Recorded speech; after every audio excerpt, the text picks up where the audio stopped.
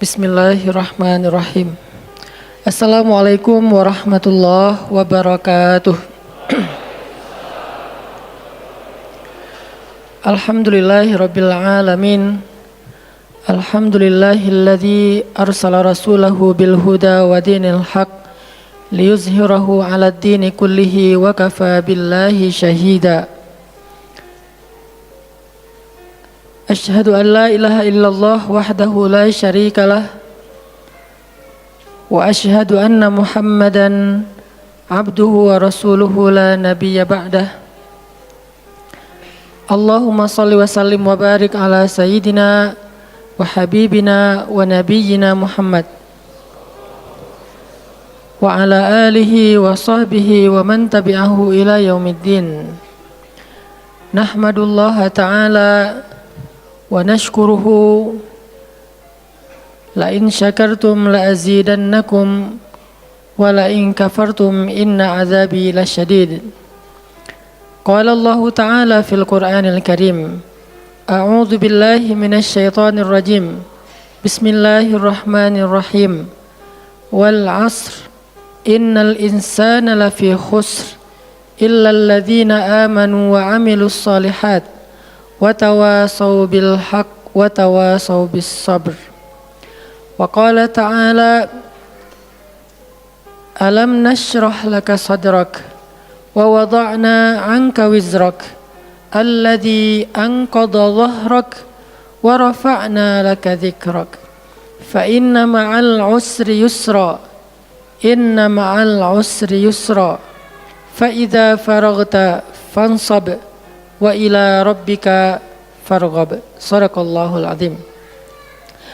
Teman-teman semuanya, anak muda Kota Bandung, jamaah tetap sharing time atau sharing night Rabu malam yang dirahmati Allah Subhanahu wa taala. Semua orang di dalam kehidupan dunia itu pernah atau bahkan sering merasakan lelah. Karena dunia ini adalah tempat orang bermujahadah. Semuanya diraih dengan mujahadah. Gak ada yang didapatkan di dunia ini dengan cara yang mudah. Karena tabiat dari dunia itu adalah tempat bersusah payah. Fitrahnya dunia adalah tempat orang bercocok tanam, bukan memetik hasil. Yang namanya bercocok tanam, kalau kita melihat pada kehidupan para petani atau para pekerja di ladang, di sawah, di kebun, maka kita akan melihat akan melihat kelelahan, keletihan, dan kesusah payahan yang luar biasa. Itulah tabiat dunia. Berbeda dengan tabiat di surga. Di surga itu semuanya akan didapatkan dengan cara yang mudah. Bahkan sebagian riwayat mengatakan seorang perempuan di surga apabila inginkan seorang anak, maka Allah Subhanahu wa taala akan memberikan anak kepadanya saat itu juga tanpa harus bersusah payah mengandung selama 9 bulan. Saat ini pengen punya anak dengan spesifikasi tertentu, maka saat ini juga dia akan diberikan anak bayi tanpa harus mengandung 9 bulan lamanya, tanpa harus susah-susah menyusui. Allah akan datangkan untuk dia bayi yang dia sukai, kemudian Allah datangkan orang-orang yang akan pelayan-pelayan yang akan merawat dan membesarkan bayi itu untuk dia. Karena di sana dia adalah seorang ratu yang tidak perlu lagi bersusah payah. Di surga itu ketika seseorang menginginkan makanan, maka Allah Subhanahu wa taala mendatangkan untuknya makanan dengan cara yang sangat mudah. Bahkan ketika dia menginginkan buah-buahan, maka pohon itu akan menunduk untuknya sehingga dia bisa memetik buahnya tanpa harus bangun dari tempat duduknya jika dia menginginkan itu. Tetapi kalau dia menginginkan sesuatu yang lebih, misalnya dia ingin berjalan-jalan di kebun-kebun di antara banyak kebun surga, lalu dia ingin merasakan memetik pohon sendiri sambil membawa keranjang-keranjang yang indah, maka Allah juga akan memperkenankan keinginannya. Kaifa yasha, sebagaimana yang dia inginkan. Berbeda dengan dunia. Di dunia, apapun yang kita inginkan itu harus melalui mujahadah, melalui ikhtiar. Bahkan ketika kita ingin menjadi orang yang sekedar tidur-tiduran pun, Allah Subhanahu wa taala mentakdirkan tidur pun lelah. Tidur aja capek. Duduk capek. Ada orang yang duduknya capek akhirnya dia berdiri. Ya. Ada orang yang capek berdiri akhirnya pengen duduk. Kapan duduknya capek pengen berdiri? Salah satu yang sering saya alamin itu kalau lagi naik pesawat. Apalagi pesawat penerbangan 9 jam, 10 jam itu pasti capek banget duduknya tuh. Sehingga kita menginginkan seandainya ada uang kita pengen duduk di kelas bisnis. Tapi karena nggak mampu membeli tiket yang 3 kali lipat lebih mahal di kelas bisnis, ya nggak apa-apa lah di kelas yang biasa ekonomi. Tapi ketika lelah 4 jam, 5 jam pesawat berjalan itu udah luar biasa lelahnya, akhirnya berdiri mondar-mandir di antara lorong pesawat. Artinya duduk aja capek. Nggak ngapa-ngapain, suruh duduk doang. Nggak seperti orang dulu yang berangkat haji atau umroh, naik kapal, lewat darat, pas sampai di laut naik kapal dengan ontanya, dengan kudanya. Orang dulu mencari ilmu itu dengan mujahadah yang luar biasa. Dengan naik onta berminggu-minggu, ini naik pesawat cuma 9 jam, capek. Yang nggak ada guncangan, biasanya guncangannya cuma pas di awal sama pas mau landing doang. Di atas udah jarang ada guncangan karena dengan ketinggian tertentu dan pesawatnya besar. Tapi itu juga capek. Naik kereta coba, dari Jawa ke Bandung misalnya. Sebutlah dari Semarang, dari Malang, dari Surabaya naik kereta 10 jam. Itu aja capek. Nggak usah jauh-jauh, Bandung Jakarta aja 3,5 jam. Itu pun capek. Atau kita naik mobil, nggak perlu nyetir, pakai online, duduk aja di belakang atau di sebelahnya si driver, perjalanan setengah jam dari tempat kerja kita ke rumah atau dari rumah ke tempat kerja, ke kampus, ke sekolah gitu, itu aja capek. Artinya dunia itu emang kayak gitu tabiatnya teman-teman. Tabiat dari dunia itu adalah lelah. Sehingga kalau ada orang yang menghindari capek dengan tidak ngapa-ngapain, itu hal yang agak klise dan naif. Bagaimana dia bisa menghindari lelah? Bagaimana dia bisa menghindari ta'ab? Bagaimana dia bisa menghindari bosan? Bagaimana dia bisa menghindari dalam keadaan susah payah? Sedangkan dia masih berada di sebuah tempat, bumi, dunia yang tabiatnya memang tempat bersusah payah dan lelah. Satu-satunya cara menghindari lelah yang tidak perlu lagi bersusah payah itu hanyalah masuk surga. Tetapi kan itu tidak terjadi sekarang. Kita harus meninggal dulu dan kita belum mau. Ada yang mau meninggal masuk surga sekarang? Kalau dijamin sih insya Allah ya. Masalahnya nggak ada jaminan.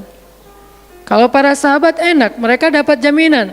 Surga Bilal, sebelum Bilal meninggal, Rasulullah udah bilang, bima sabaktani ilal jannah ya Bilal. Dengan apa kamu mendahului aku ke surga wahai Bilal? Dengan wudu dan sholat syukur wudu. Begitu juga nanti ada sahabat lain yang dijamin masuk surga bighairi hisab wala azab. Salah satunya adalah Ukasyah. Kalau kita tidak ada jaminan apapun di akhirat kecuali berikhtiar dan bermujahadah untuk bisa mendapatkan kebaikan sebanyak mungkin di sisi Allah. Sehingga alangkah naifnya seseorang yang menghindar dari ta'ab wal ham wal gham. Dia berusaha menghindar dari lelah, menghindar dari susah payahnya kehidupan, menghindar dari beban-beban hidup. Itu nggak bisa dilakukan karena kita masih berada di dunia. Yang perlu kita sekarang coba pilih adalah kita mau lelah untuk hal yang sia-sia? Apakah kita mau lelah untuk hanya bersenda gurau? Apakah kita mau lelah hanya untuk hal yang tidak ngapa-ngapain? Atau justru lelah kita itu untuk sesuatu yang mudah-mudahan beribadah kepada Allah? Makanya disebut dengan lelahnya menjadi lillah. Karena dua-duanya lelah. Ada orang yang pergi ke masjid lelah, capek pergi ke masjid. Tapi ada juga orang yang berbuat dosa, itu juga lelah. Memangnya kalau kita beribadah lelah terus berbuat dosa nggak lelah? Banyak orang yang berbuat dosa lelah dan kita pernah merasakan kehidupan seperti itu. Sehari, 2 hari, sebulan, setahun, 2 tahun, sampai kita benar-benar merasakan lelah banget dengan dosa. Di malam hari berbuat dosa lelah, akhirnya tidur sepanjang siang. Di siang hari berbuat dosa, lelah, akhirnya tidur sepanjang malam. Lelah sama lelahnya. Antara orang yang beribadah dengan orang yang bermaksiat itu sama lelahnya. Bedanya apa? Yang satu, lelahnya akan diganjar, dibalas oleh Allah dengan kebaikan dunia dan akhirat. Yang satu lagi, lelahnya hanya akan disudahi dengan penyesalan. Sama-sama lelah. Bedanya, lelah yang pertama mungkin baru dirasakan hasilnya setelah itu. Lelah yang kedua seolah-olah bisa langsung dirasakan kesenangannya, tetapi kesudahannya adalah penyesalan. Makanya pada malam ini kita ingin merenungkan beberapa nasihat baik dari Al-Quran maupun hadis tentang bagaimana kita menjadi orang yang setiap hari tetap lelah, tetap banyak beban, tetapi beban itu mudah-mudahan menjadikan kita mendapatkan banyak kebaikan di sisi Allah. Makanya Nabi SAW bersabda dalam hadis riwayat Bukhari dan Muslim, "An-nasu ka'ibil mi'ah, la takadu tajidu fiha rahilatan." Manusia itu seperti 100 ekor onta. Manusia ka'ibil mi'ah, seperti 100 ekor onta. Yang harganya murah 50 juta, yang hidupnya untuk disembelih pada akhirnya nahar, disembelih. Onta itu kan kalau disembelih sambil dia berdiri ya. Kalau ayam, bebek disembelih sambil dipegangin atau diangkat. Kalau kambing dan sapi dibaringkan. Kalau onta disembelih itu sambil diberdirikan. Dia berdiri langsung disembelih. Itu onta. Artinya manusia ka'ibil mi'ah. Nabi itu menggambarkan onta karena onta ini punya banyak macam. Mungkin di Arab nggak ada ayam yang bermacam-macam. Akhirnya pakai bahasanya onta. Kalau di kita mungkin ada ayam potong, ada ayam kampung, dan segala macam, ada ayam jago. Kalau bebek ada mentok, ada apa? Bebek yang biasa, macam-macam kan. Di Arab mungkin nggak terlalu banyak variannya dan nggak terlalu akrab dengan kehidupan sehari-hari mereka. Yang akrab itu kambing, kuda, keledai, onta. Akhirnya Nabi mengatakan, "An-nasu ka'ibil mi'ah." Nabi seolah-olah mengambil sebuah perumpamaan. Dan perumpamaan ini bisa kita ganti dengan culture yang berbeda di setiap negara. Tetapi perumpamaan yang paling baik itu adalah onta. An-nasu ka'ibil mi'ah. Manusia itu seperti 100 ekor onta ibil. Onta potong. Yang hidupnya hanya untuk disembelih oleh tuannya, kemudian dagingnya dimakan atau dijual. Kenapa bisa begitu murahnya? Cuma 50 juta, 40 juta dan berakhir dengan disembelih? Karena onta ini hidupnya tidak istimewa. Dia hidup hanya untuk makan, minum, tidur dan berkembang biak. Cuman itu misi dari kehidupan dia. Makan, minum, tidur, berkembang biak. Udah itu doang. Setiap hari kerjanya makan aja. Lihat hewan ternak ngapain? Merumput aja setiap hari. Nggak ada hewan ternak yang tiba-tiba dia lagi ngapain? Lagi sholat? Nggak ada. Hewan ternak misalnya lagi ngebantuin tetangga? Nggak ada. Hewan ternak lagi menjenguk yang sakit? Nggak ada. Hewan ternak yang lagi menyelesaikan hajat saudaranya? Hewan ternak yang lagi dengerin curhat? Nggak ada. Kenapa? Karena tugas misi kehidupan mereka itu cuma diciptakan untuk makan, minum, tidur, berkembang biak, udah. Ini namanya kalau di antara onta namanya ibil. Yang hidupnya itu sesederhana itu. Nggak ada yang rumit, nggak ada yang terlalu berlebihan. Dan an-nasu, manusia secara umum mirip dengan ibil. An-nasu ka'ibili mi'ah. Jadi kalau kita bandingkan dari 100 orang itu hampir semuanya seperti ibil. Misi hidupnya itu hanya untuk dirinya. Gimana caranya biar bisa makan, gimana caranya biar bisa istirahat dengan nyenyak, tidur, gimana caranya biar punya keluarga, berkembang biak, punya keturunan, dan kemudian dengan keluarganya dia punya family time. Kapan liburan, makan di rumah, jalan segala macam. Cuman itu misi dari kehidupannya. Sehingga Nabi menyebut mereka yang misi kehidupannya hanya dirinya dan keluarganya, kaibili mi'ah, seperti 100 ekor onta. Kurang istimewa. Orang yang hidupnya hanya untuk dirinya dan keluarganya itu kurang istimewa. Sehingga disebut dengan ibili mi'ah, 100 ekor onta. Tapi enggak hina, tidak rendah, tidak mungkin melenceng, sesat segala macam, enggak. Dia tetap tidak haram, tidak najis. Nabi tidak mengumpamakan manusia seperti seekor anjing, seperti seekor babi, enggak. Karena itu najis, haram dan seterusnya. Onta, makhluk yang hewan yang baik, cuman tidak istimewa. Di sini tidak ada judgement. Nabi itu orangnya nggak suka menjudge. Nabi nggak mengatakan manusia ini semuanya misalnya dengan kalimat celaan, keledai, enggak. Manusia ini misalnya hewan yang najis, enggak. Nabi mengatakan an-nasu kaibil mi'ah, manusia itu seperti 100 ekor onta. La takadu tajidu fiha rahilatan. Hampir-hampir di dalam 100 ekor onta itu kamu enggak mendapati satu pun onta yang dikenal dengan nama rahilatan, rahilah. Rahilah itu dari kata rihlah. Rihlah itu udah jadi bahasa Indonesia, rihlah.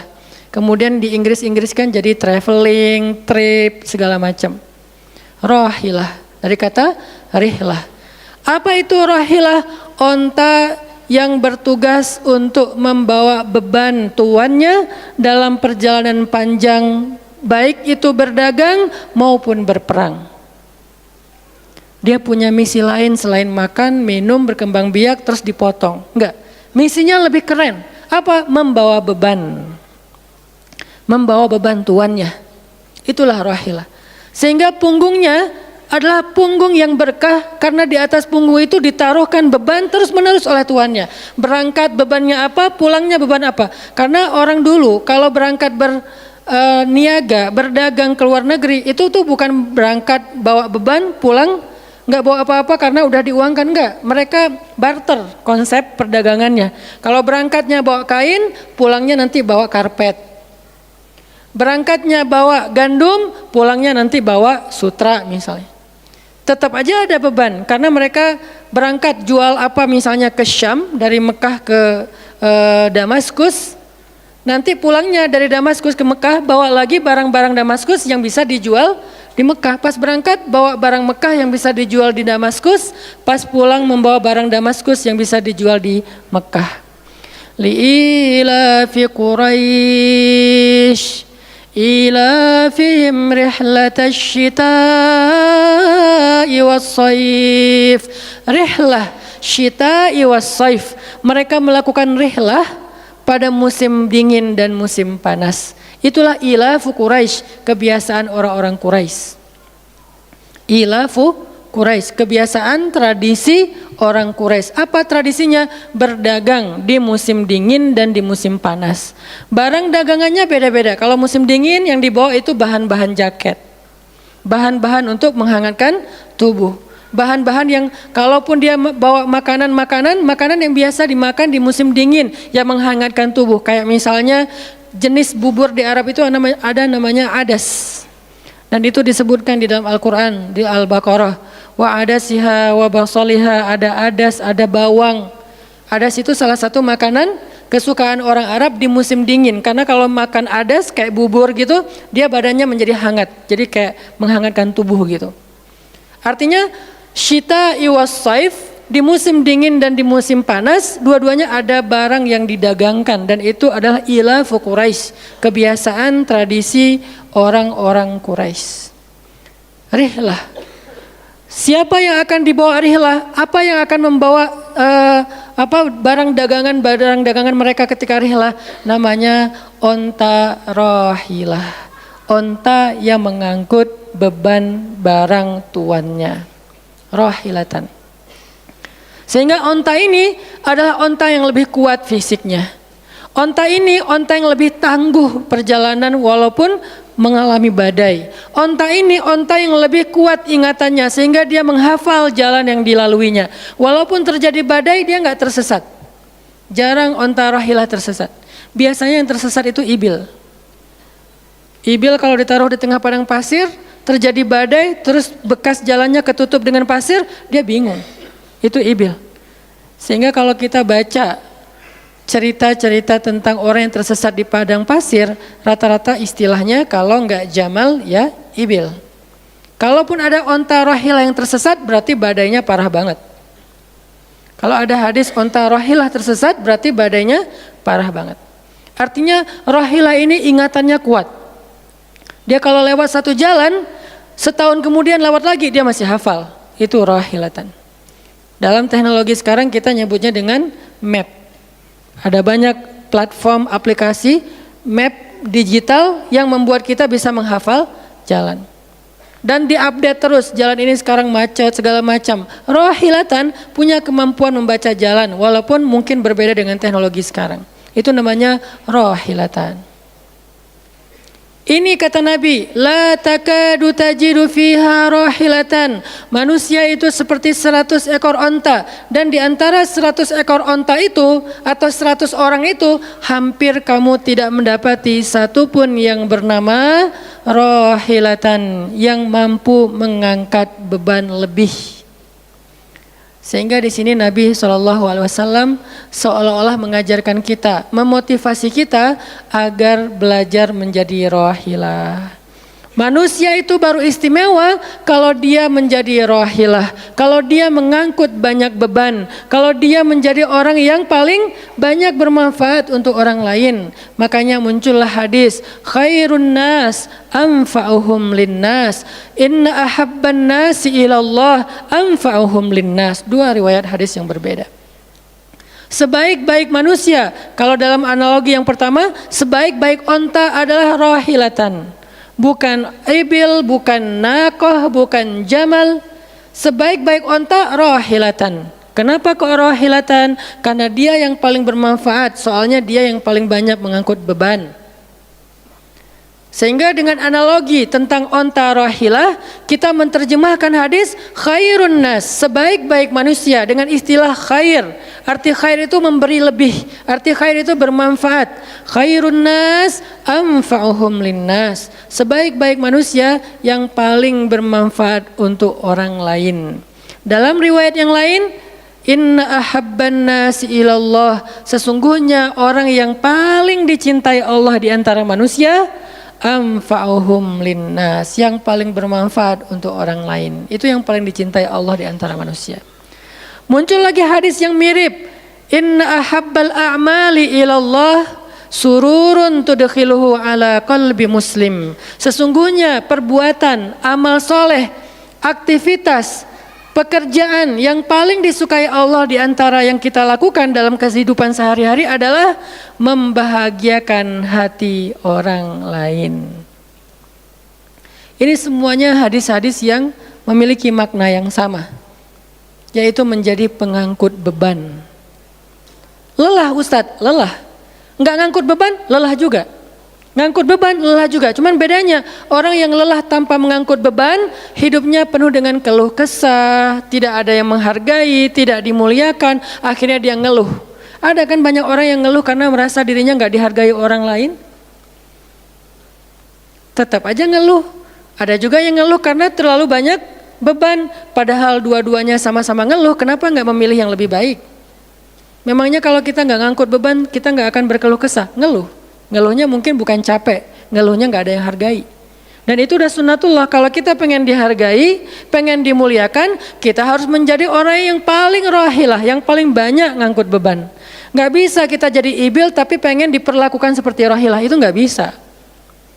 Kita tuh ibil, hidupnya untuk diri sendiri, nggak bantu siapa-siapa, nggak peduli dengan siapa-siapa, harta kita nggak bermanfaat untuk orang lain, pikiran kita nggak bermanfaat untuk orang lain, lisan kita tidak bermanfaat untuk orang lain, wawasan kita tidak bermanfaat untuk orang lain, apalagi tenaga kita nggak bermanfaat untuk orang lain, skill kita nggak bermanfaat untuk orang lain, semua tentang diri kita hampir tidak bermanfaat untuk orang lain, lalu kita ingin dihargai seperti orang yang paling bermanfaat.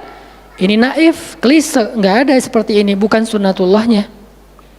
Karena seseorang itu diberi balasan sesuai dengan mujahadah. Al-jaza ala qadril masyaqqah, balasan tergantung susah payahnya dalam berikhtiar.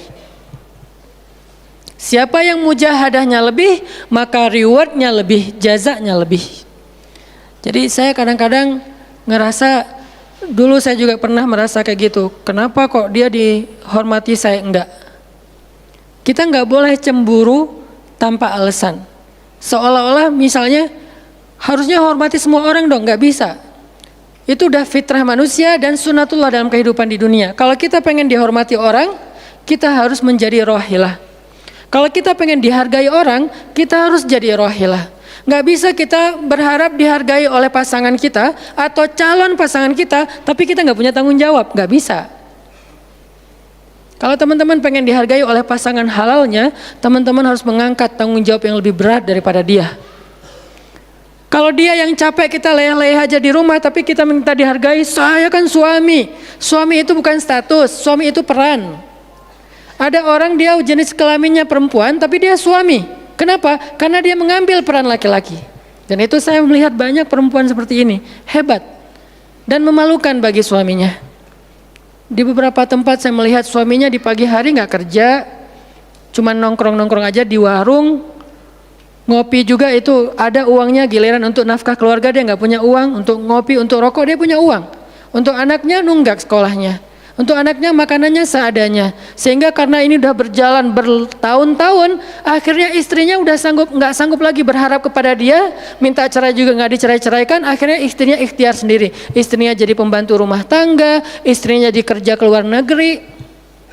Saya beberapa kali ke Hong Kong, hampir tiap 4 bulan sekali ke Hong Kong, dan selalu mendengar cerita teman-teman di Hong Kong, para pejuang-pejuang di Hong Kong itu kan 99%-nya perempuan ya. Hong Kong itu 99% lebih perempuan. Beda kan sama Taiwan, Korea itu laki-laki dan perempuan agak imbang lah. Tapi kalau Hong Kong itu bisa dibilang dari 100 pekerja 99 orangnya bahkan lebih adalah perempuan. Dan semua mereka punya masalah yang hampir sama di negerinya, di kampungnya. Masalahnya mereka terpaksa untuk berangkat ke luar negeri karena ada yang demi membiayai sekolah anak-anaknya, single parent. Kemana suaminya? Suaminya pergi dan tidak bertanggung jawab. Atau suaminya ada tapi tidak mampu mencari nafkah. Terpaksa dia kerja ke luar negeri dengan segala macam resiko. Dan banyak banget kasus di Hong Kong. Siapa juga yang mau jauh-jauh dari keluarganya, apalagi punya anak masih kecil ya. Kemarin kita baru dengar cerita seorang anak yang harus merawat ayahnya yang sakit kanker gara-gara di rumahnya nggak ada siapa-siapa, ibunya berjuang di luar negeri. Kenapa? Karena suaminya sakit. Kalau ini masih bisa kita pahami lah. Tapi kemana pamannya misalnya? Kemana misalnya kakaknya, nggak tahu punya kakak atau gimana, nggak tahu kondisi pamannya. Yang jelas bahwa ternyata kita itu dihargai itu bukan karena kita berstatus suami. Kita dihargai karena kita berperan sebagai suami, bukan berstatus sebagai suami. Kalau suami pengen dihargai, ambillah peran suami. Laki-laki pengen dihargai, ambillah peran laki-laki. Apa peran laki-laki? Tanggung jawab. Ambil sebanyak mungkin. Kalau kita udah menikah, tanggung jawab kita itu kalau mau lebih, jangan cuma istri. Ambil keluarga istri untuk kita ambil tanggung jawabnya. Adiknya istri, mungkin keluarga istri kita nggak mampu, adiknya kita sekolahin. Mertua sakit, kita biayain. Nanti siapa lagi? Keluarga besarnya ada masalah, kita biayain, kita hutangin. Kalau misalnya kita nggak sanggup memberikan hadiah atau sedekah, ambil amanah, tanggung jawab itu ambil semampu kita. Itulah contoh Rasulullah SAW. Makanya Nabi ketika sudah menikah dengan Khadijah, yang tinggal di rumah Nabi itu bukan cuma anak kandung beliau. Ada anak angkatnya Zaid bin Harithah, ada sepupunya Ali bin Abi Thalib, ada banyak lagi keluarga besar Khadijah yang tinggal bersama Nabi, sehingga rumah Nabi itu adalah rumah yang banyak sekali orang-orang yang ditampung oleh beliau. Itu yang disebut dengan anfa'uhum linnas, ambil tanggung jawab yang besar, sehingga Khadijah tuh respect banget sama sosok Nabi Muhammad. Bahkan sebelum Nabi dapat wahyu, sehingga gak disebut Nabi, respect sama sosok seorang Muhammad. Apalagi setelah beliau dapat wahyu, beban beliau bukan lagi keluarganya sekarang, beban beliau adalah umatnya. Yang diurus oleh Nabi bukan lagi keluarga sekarang setelah dapat wahyu, umat. Dan umat di sini lintas nasionalisme. Ada yang datang dari Persia, namanya Salman Al-Farisi. Ada yang datang dari Romawi, namanya Suhaib Ar-Rumi. Ada banyak sahabat-sahabat yang lintas kabilah, bukan hanya orang Quraisy. Ada yang datang dari Yaman, termasuk Sumayyah dengan Yasir, keluarga yang pertama syahid dalam Islam. Ini dari Yaman. Kemudian pindah lagi ke Madinah yang bukan orang-orang Quraisy. Di sana ada Bani Mudhar, dari kabilah Aus dan Khazraj, nanti berkembang lagi sampai ke Asia, Eropa dan seterusnya. Inilah bebannya Rasulullah sallallahu alaihi wasallam. Sehingga Allah menyebutnya dengan istilah rahmatan lil alamin. Rahmah. Tahu arti rahmah? Rahmah itu kasih sayang. Maksud kasih sayang memberi sayang. Kasih sayang, bukan minta disayangi. Jadi kalau kita mau berkasih sayang, ya kasih sayangnya, jangan sayangi saya dong. Itu bukan kasih sayang, namanya terima sayang. Bukan kasih sayang, terima sayang, minta sayang. Itu namanya bukan rahmah, bukan mawaddah. Yang namanya rahmah, kasih sayangnya. Kalau kita nggak punya sayang, berarti kita nggak punya rahmah. Apa bentuk sayang kita? Perhatian. Apa bentuk sayang kita? Perasaan. Apa bentuk sayang kita? Dengan harta. Itu sayangnya. Dan Nabi, wa ma arsalnaka illa rahmatan lil alamin. Tidaklah kami mengutus engkau Muhammad kecuali untuk menjadi kasih sayang kepada alamin. Arti rahmah dalam tafsiran yang lebih luas, menyelesaikan hajat manusia seluruh alam. Seluruh alam. Itulah kenapa Nabi Muhammad menjadi orang yang paling mulia. Karena yang diambil bebannya itu bukan satu keluarga Khadijah. Bebannya itu bukan satu kota Makkah. Bebannya itu bukan cuma orang Arab. Alamin. Sehingga Allah mengatakan, wa rafa'na laka dzikrak. Kami angkat engkau menjadi manusia yang paling mulia. Karena beban yang diambilnya paling berat. Apa beban Nabi? Apakah cuma ceramah? Enggak cuma ceramah. Kalau cuma ceramah gampang. Saya pernah menjadi penceramah dan saya pernah menjadi programmer dalam dakwah. 8 tahun saya ceramah di Bandung, gampang banget. Dan kalau mau nyaman jadi ustadz, mending saya jadi penceramah aja, gampang banget. Diundang-undang, ustadz mau dijemput? Ya jemput dong, jemput. Ya, ustadz kan dijemput, jarang kita jalan sendiri, seringnya dijemput. Dan karena dia pengen memuliakan kita, dia cari di tempat itu siapa yang punya mobil paling bagus untuk menjemput ustadz. Kalau di kampung, cari siapa yang punya mobil baru yang tahun misalnya 2018 lah, kalau nggak ada 2019. Saya punya, ya udah pinjam ya untuk jemput ustadz. Oh boleh, saya senang jemput. Kalau perlu yang punya mobilnya sekaligus jadi supirnya, jemput ustadz. Enak jadi penceramah. Jemput, tunggu di depan rumah, nggak langsung ketok. Kenapa? Nggak enak mau ngetok, biar ustadznya santai aja. Ustadznya keluar, dibukain pintu. Terserah mau duduk di depan, duduk di tengah. Kalau ustadznya duduk di tengah, nggak ada yang di sebelahnya, kosong. Mau goler-goler, mau jungkir balik, bebas. Ustadz. Saya pernah ngalamin masa kayak gitu. 8 tahun, mudah banget, diundang-undang. Semua wajah tersenyum, nggak ada yang cemberut, namanya juga ustadz. Selamat datang ustadz, alhamdulillah bisa ketemu sama ustadz, silakan. Duduk dikasih makanan yang paling baik. Dihidangkan segala macam, minuman aja 5 jenis. Sampai bingung nih mana yang mau diminum. Ustadz mau apa? Kadang-kadang beberapa teman-teman panitia yang sangat udah pro banget nanya. Ustadz itu nanya ke asisten lah atau siapa manajemen, kalau dia punya manajemen. Ustadz itu sukanya makanan apa? Disediakan makanan kesukaan ustadz. Kalau ke Bandung ustadz senangnya makan apa? Disediakan makanan khas Bandung kesukaannya ustadz. Dicari dari restoran terbaik yang ada di kota itu. Ini perlakuan terhadap ustadz, nyaman banget kalau ceramah tuh. Ceramah berapa lama? Terserah ustadz. Kalau lagi mood 3 jam. Kalau enggak lagi mood 45 menit. Ustadz kok ceramahnya cuma sebentar? Saya lelah sekali. Oh enggak apa-apa ustadz, istirahat ya ustadz, sehat terus ya ustadz. Doain. Pulang dianterin. Maaf dikasih amplop, transport segala macam. Kadang-kadang wah ngasihnya cukup untuk 2 bulan makan. Masya Allah enak. Kalau cuman yang disebut dengan rahmatil alamin itu cuman ceramah, itu bukan rahmatil alamin. Walaupun itu salah satu kebaikan. Tapi kemudian setelah 8 tahun saya berdakwah dengan ceramah, saya mengubah konsep dakwah saya menjadi programmer. Memprogram masjid. Al-Latif. Saya ngomong dengan Pak Iman beri saya kesempatan memprogram Al-Latif, bikin gerakan, bikin dakwah. Bukan masjid yang memprogram, kemudian ustadz mengisi, itu salah. Menurut saya, Keliru kalau masjid membuat program, ustadz cuma mengisi program itu. Keliru. Ustadz yang program, masjid fasilitasi, nanti insya Allah akan berkah. Alhamdulillah Pak Iman Ketua DKM Al-Latif sepakat. Ya udah Ustadz silakan, mangga, dikasih waktu 2 tahun. Kalau nggak ada perubahan diambil alih. Dalam 2 tahun kita coba program dari awal, bikin gerakan anak muda, pemuda hijrah lahir waktu itu. Mulai programming, gimana caranya biar masjid rame. Dari yang cuma 20 orang kajian setiap Rabu malam, dari dulu udah Rabu malam. Yang hadir berapa orang? 20 orang. Kalau Persib lagi main, libur. Semua pada nonton. Malah sering lagi libur. Kadang-kadang Persib nggak main. Terus yang main siapa? Yang main Piala Eropa kah, Piala Champion kah, Liga Eropa, Piala Dunia, libur.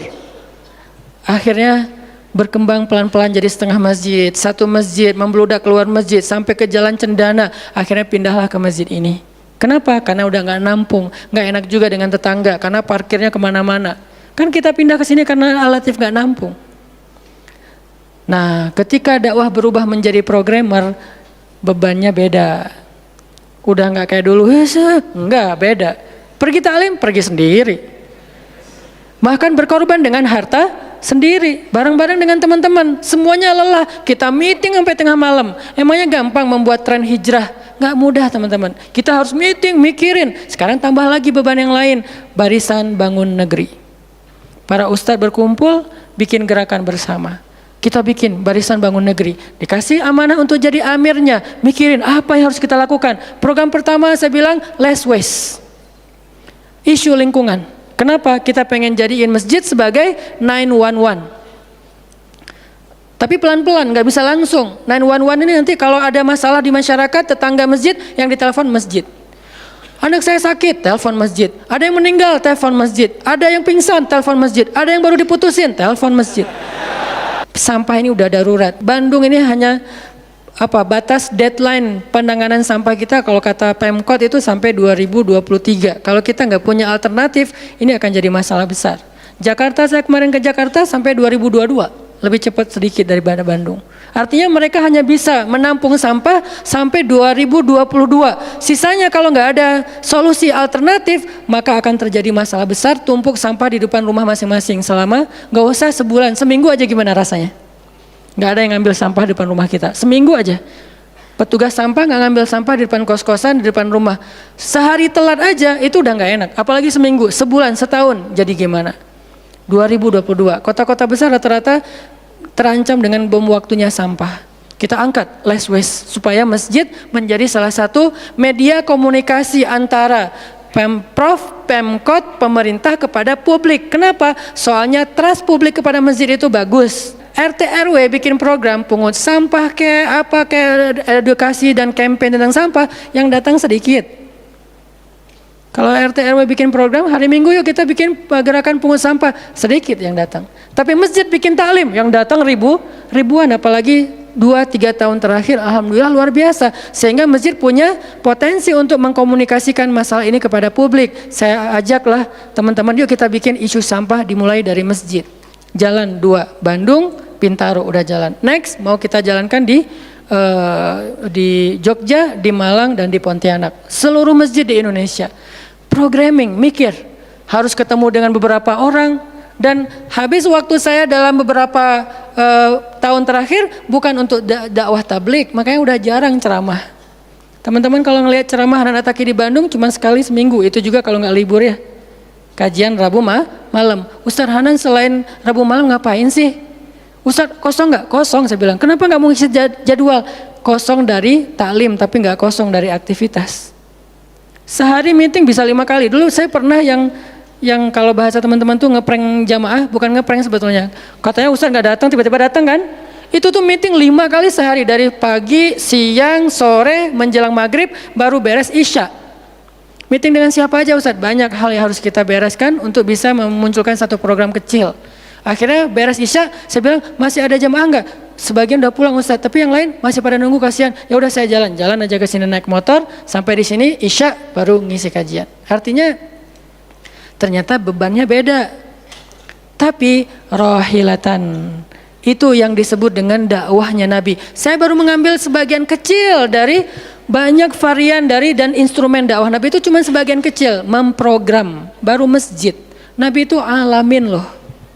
Gimana mengubah kota Makkah yang dulunya kemusyrikan merajalela, perzinahan merajalela, kemudian anak perempuan dibunuh karena dianggap membawa sial, riba luar biasa, banyak yang dibunuh gara-gara gak mampu membayar hutang, dan perbudakan, dan banyak lagi masalah sosial. Bukan hanya masalah akidah dan ibadah. Akidah dan ibadah itu adalah inti masalahnya, kemudian merembet ke masalah sosial, biasanya kayak gitu. Kalau akidahnya melenceng, biasanya sosialnya rusak. Walaupun gak selalu kayak gitu juga sih. Karena ada di beberapa negara yang akidahnya mereka syirik, tapi sosialnya bagus. Walaupun ada problem sosial lain yang mungkin gak perlu dibahas di sini. Yang jelas awalnya berawal dari kemusyrikan, kemudian berkembang menjadi masalah ekonomi, sosial, dan seterusnya. Nabi menyelesaikan masalah kota Mekah. Gimana caranya? Mekah yang tadinya kota yang jahiliyah menjadi kota Islamiyah, kota yang Rabbaniyah, kota yang penuh dengan kebaikan. Madinah yang tadinya kota yang penuh dengan sampah, Yathrib berubah menjadi kota Munawwarah. Sekarang udah nyampah lagi. Di zaman Nabi itu benar-benar Madinah Munawwarah. Sekarang mungkin nggak sebagus di zaman Nabi, cuman bangunannya doang yang megah, tapi secara lingkungan, secara sosial nggak sebaik zaman dulu lah. Kalau bangunan itu kan bukan indikasi peradaban ya. Karena kita pernah mengalami masa peradaban Islam yang keren, nggak ada tuh bangunan pencakar langit seperti Dubai. Kita di Dubai bangunan pencakar langit, tetapi secara peradaban ada masalah di Dubai, terutama masalah sosial. Di Arab Saudi masalah lingkungannya luar biasa, salah satu penghasil sampah 10 besar di dunia. Kalau untuk masalah sampah organik termasuk 5 besar di dunia. Artinya makan sering dibuang-buang. Makanya sampah organiknya paling banyak, waste-nya paling banyak. Itu yang diselesaikan oleh Nabi di kota Mekah dan Madinah, kemudian berkembang di kota-kota lain sampai ke Irak, sampai ke Syam, sampai ke Mesir, sampai ke Eropa, sampai ke Turki, sampai ke Afrika, bahkan sampai ke Nusantara. Rahmatan lil alamin. Rahmah bukan cuma ceramah. Kalau ceramah, Nabi lebih jago dari siapapun. Orang siapapun yang berceramah itu kopas dari Nabi kan? Ada yang ceramah nggak kopas dari Nabi? Nggak ada. Kopas dari Nabi Musa? Enggak, kecuali diriwayatkan dari Nabi Muhammad, kemudian baru Nabi Muhammad meriwayatkan dari Nabi Isa dan Nabi Musa. Semuanya kopas, copy paste dari Rasulullah SAW. Artinya kalau mau ceramah, bahan Nabi itu banyak banget. Dan kalau Nabi mau ceramah, yang ngundang pasti banyak banget. Jadilah Nabi dai sejuta umat. Capek pasti setiap hari 5 kajian. Nabi lagi di mana? Lagi di Syam. Sampai 2 tahun ke depan jadwal ceramah penuh. Kalau Nabi mau kayak gitu. Tapi ternyata Nabi bukan cuma ceramah, memprogram umat. Ada yang masalah datang ke Nabi, ya Rasulullah, saya diceraikan oleh suami saya dengan bahasa kamu bagi saya seperti ibu saya, zihar. Nabi bingung nih, gimana nih zihar? Kok suaminya gitu banget sih sama dia? Ya udah, berarti kamu sudah diceraikan oleh suamimu. Sabar ya, dinasihati, disabar-sabarin sama Nabi. Dia pulang turun ayat surat Al-Mujadalah tentang bab zihar. Ada lagi yang datang rame, dia yang salah, saya yang salah, dia yang salah. Akhirnya didamaikan sama Nabi. Nabi mau takbir nih, pergi ke masjid mau sholat berjamaah, mau takbir. Ya Rasulullah, di Bani Salamah ada masalah, mereka hampir berperang, nggak jadi takbir, pergi ke Bani Salamah menyelesaikan hajat mereka. Datang-datang jamaah udah sholat, Nabi sholat yang jamaah yang kedua. Artinya rahmah, ngambil beban umat. Belum lagi nanti beban umat yang tertindas di antara Bani Israel, di luar negeri, di Yaman, di Syam, yang Nabi mengutus para sahabat untuk menyelesaikan hajat-hajat mereka. Makanya Nabi mengatakan, siapa yang datang kepada saudaranya untuk menghilangkan masalahnya, maka Allah akan menghilangkan masalah orang ini nanti di akhirat. Makanya beban Nabi itu berat banget teman-teman. Kalau kita baca sirah Nabi, luar biasa, Nabi itu lelah banget. Sampai para sahabat meriwayatkan Nabi itu dulu sebelum dapat wahyu, beliau seger gitu. Setelah dapat wahyu tetap ganteng, tetap keren, karena memang aslinya udah dari sononya keren ya. Cuman udah ada guratan lelahnya tuh terasa di wajah beliau. Lelah banget. Sampai Nabi itu pernah sampai Allah bilang gini, fala'allaka bakhi'un nafsaka ala atharihim, hampir saja engkau mencelakai dirimu gara-gara mereka. Mas, apa maksudnya? Kok Nabi hampir mencelakai dirinya gara-gara mereka, itu maksudnya apa? Saking terbebannya Nabi dengan kondisi umat, hampir-hampir Nabi itu sakit keras, hampir-hampir Nabi itu binasa, celaka, meninggal demi mikirin nasib umat. Kayak gitu banget coba. Itu namanya rohilatan. Kita belum sanggup untuk memikul beban umat sedunia. Makanya minimal kalau kita nggak ngambil beban umat sedunia dengan tangan kita, minimal dengan pikiran kita aja. Kita mikir nggak sih nasib Palestina? Atau kita masih nganggap bahwa itu beda negara? Kalau beda negara, oke. Apakah kita memikirkan mereka karena kemanusiaan? Masa kita mau bilang mereka bukan manusia? Kan sama-sama manusia. Harusnya kita merasakan apa yang dia rasakan karena kita sama-sama manusia, punya perasaan yang sama. Kalau kehilangan akan sedih, kalau melihat kezoliman juga nggak akan kuat, kalau dizolimi juga akan sakit. Kita mikir nggak tentang Palestina? Kita mikir nggak nasib Suriah? Kita mikir nggak nasib Rohingya? Kita mikir nggak nasib Yaman? Apakah gara-gara kita mikir tentang mereka lantas kita jadi radikal dan teroris? Sejak kapan kita memikirkan nasib orang yang tertindas tiba-tiba jadi radikal? Apakah orang yang tidak memikirkan orang lain hanya dirinya sendiri berarti orang yang baik? Justru makin banyak kita mikirin nasib mereka, kita makin rohilatan walaupun belum sanggup menyelesaikan hajat mereka, mikir doang.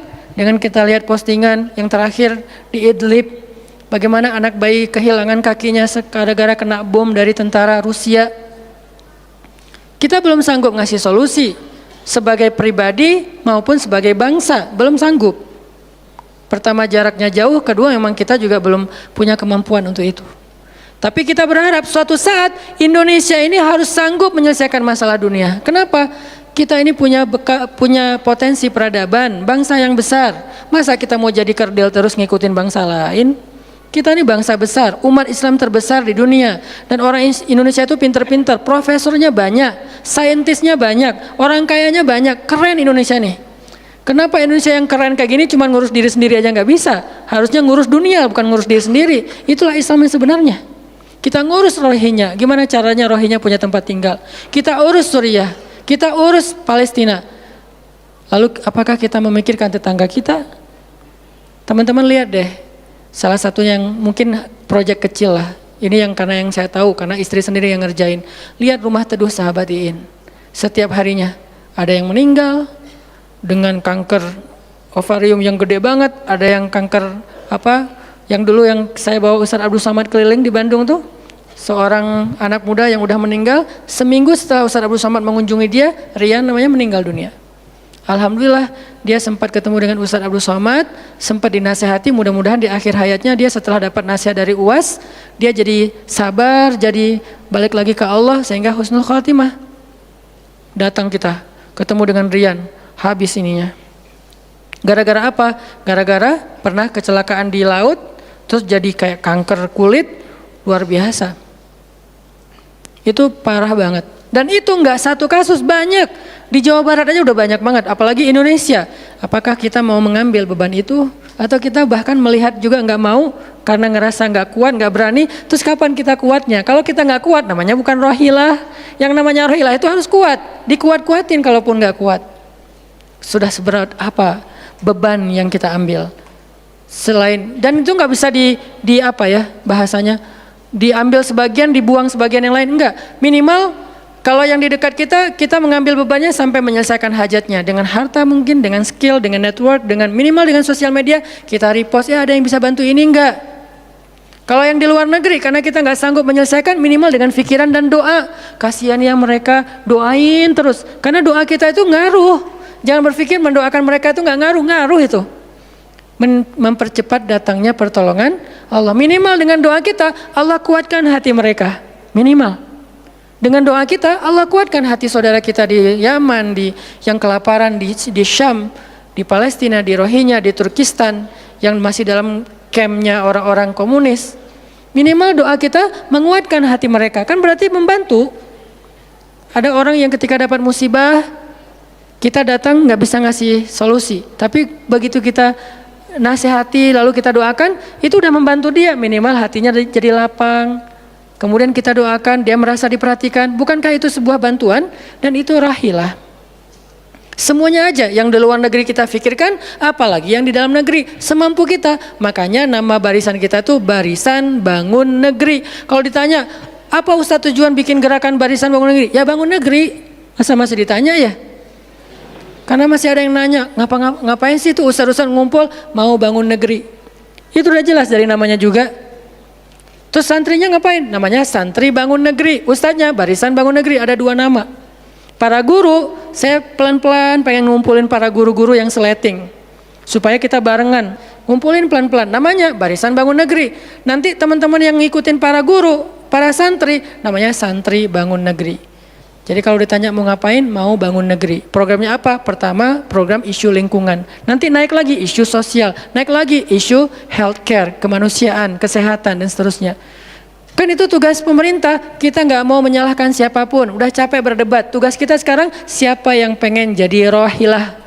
Itu yang dilakukan para guru kita sekarang teman-teman di Barisan Bangun Negeri. Mikir, kemarin saya 40 jam nggak tidur. Dari Bandung ke Jogja. Di Jogja ada acara, udah beres acara, kita ada meeting yang penting banget yang bikin saya sesak sampai sekarang. Itu ada diskusi yang saya tidak bisa sampaikan ke publik. Itu diskusi dari jam 11 malam sampai jam setengah 4 subuh.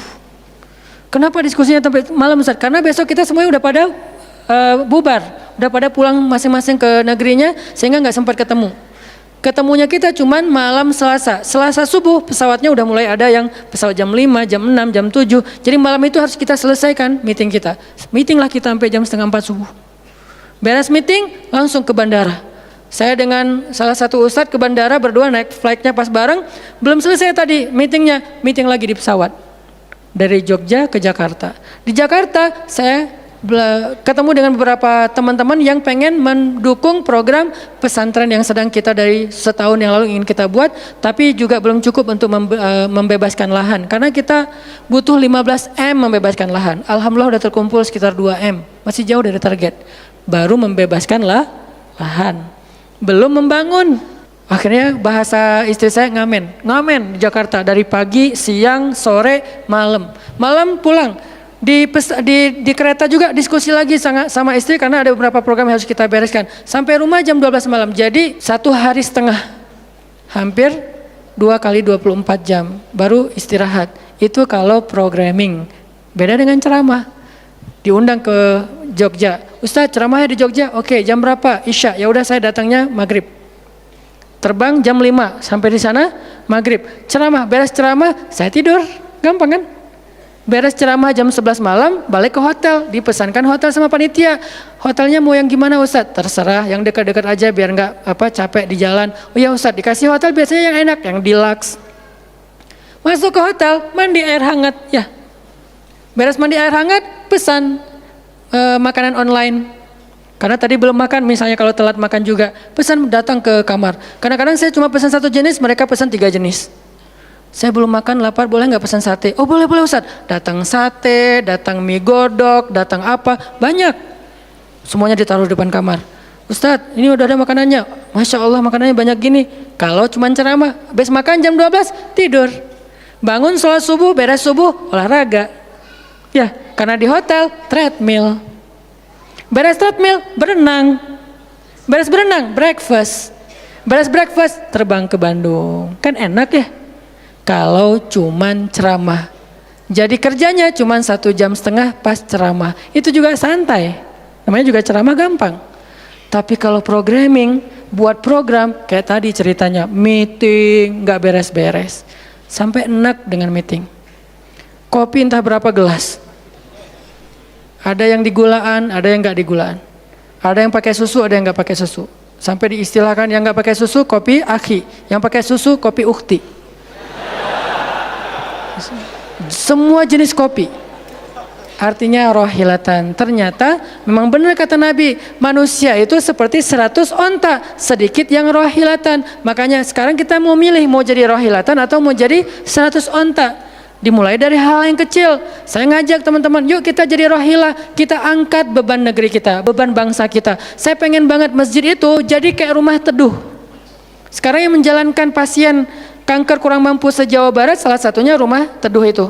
Yang sekarang ada 15 rumah dengan sekitar 300 pasien. Yang setiap kali operasi itu 40 juta. Karena kalau pakai BPJS antrinya setahun. Sehingga harus pakai jalur normal. Dan beberapa di antara mereka belum sanggup untuk membayar cicilan BPJS sehingga nunggak nggak bisa pakai. Kita selesaikan. Harusnya itu dilakukannya oleh masjid. Kenapa? Karena potensi zakat, infak, sedekah, kenceleng masjid gede. Jangan cuma dipakai buat renov. Jangan cuma dipakai buat pengumuman hari Jumat.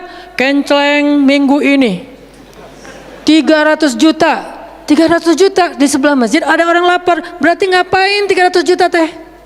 Harusnya 300 juta itu kenceleng minggu ini. Harusnya 300 juta. Tapi tinggal 10 juta. Kenapa? Beban umat diangkat semua sama masjid. Itu cita-cita kita, pengennya masjid itu menjadi, makanya ada hashtag masjid peradaban. Apa masjid peradaban? Masjid rohilah, masjid yang mengangkat beban umat, bukan cuma membuat program jihad, pengajian hari Ahad. Udah lewat lah masa kayak gitu-gitu, udah nggak keren. Nih saya tantang masjid-masjid yang ada di Indonesia, jangan hanya fokus dengan taklim. Taklim itu udah banyak dan mudah melakukannya, kurang challenging. Coba masjid mikirin masalah sekitarnya, satu masjid mikirin satu RW kalau masjidnya kecil. Kalau masjidnya masjid kecamatan, mikirin satu kecamatan. Kalau udah beres dengan kecamatannya, nggak ada lagi masalah, pergi ke kecamatan sebelah.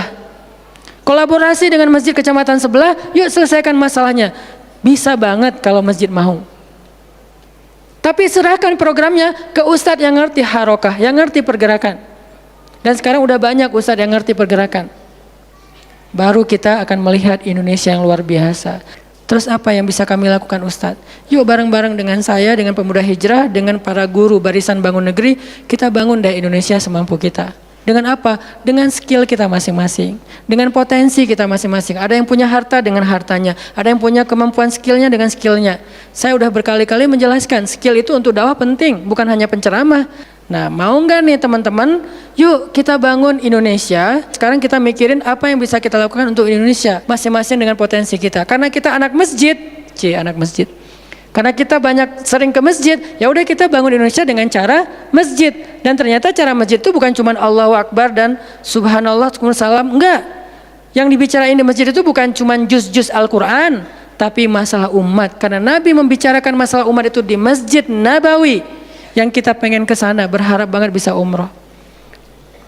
Apakah di Masjid Nabawi itu cuma ada raudhah kemudian orang berdoa egois banget pengen masuk surga sendiri? Enggak. Di raudhah itu Nabi dengan Jibril bicara tentang umat. Gimana caranya umat ini selesai masalah mereka. Sampai ke penjuru dunia. Yang terjajah dibebaskan dari penjajahan, yang terzolimi dibebaskan dari kezoliman. Itu namanya rahilah. Saya yakin di sini banyak potensi dan skill yang keren-keren. Coba berikan skillnya untuk dakwah, dedikasikan skillnya untuk agama. Yang kalau kita dedikasikan untuk agama, insya Allah untuk bangsa dan negara udah pasti. Karena agama kita itu bukan agama ritual. Agama kita ini adalah agama kehidupan. Sehingga yang ada di dalamnya bukan cuma bab sholat, tetapi juga bab orang sakit. Dan kita tahu banyak hadis tentang itu, bab lingkungan, dan kita mulai tahu hadis-hadis tentang itu. Yuk kita dedikasikan skill kita, potensi kita, harta kita untuk agama Allah, kita angkat beban umat bareng-bareng. Karena kalau saya ngangkat sendiri, saya paling-paling ngangkat sanggupnya itu 100 kilo, itu juga udah ngos-ngosan. Tapi kalau kita ngangkat bareng-bareng, bisa bertonton beban umat kita angkat. Mudah-mudahan dari kajian mager ini, mudah-mudahan kelak kita bisa menjadi orang yang mudah bergerak, sanggup bergerak, dan geraknya bersama-sama.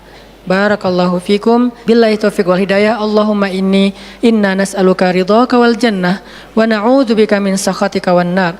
Allahumma a'inna ala dzikrika wa syukrika wa husna ibadatik.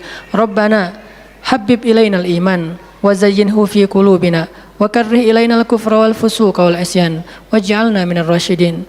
Rabbana atina min ladunka rahmah wa hayyi' lana min amrina rasyada.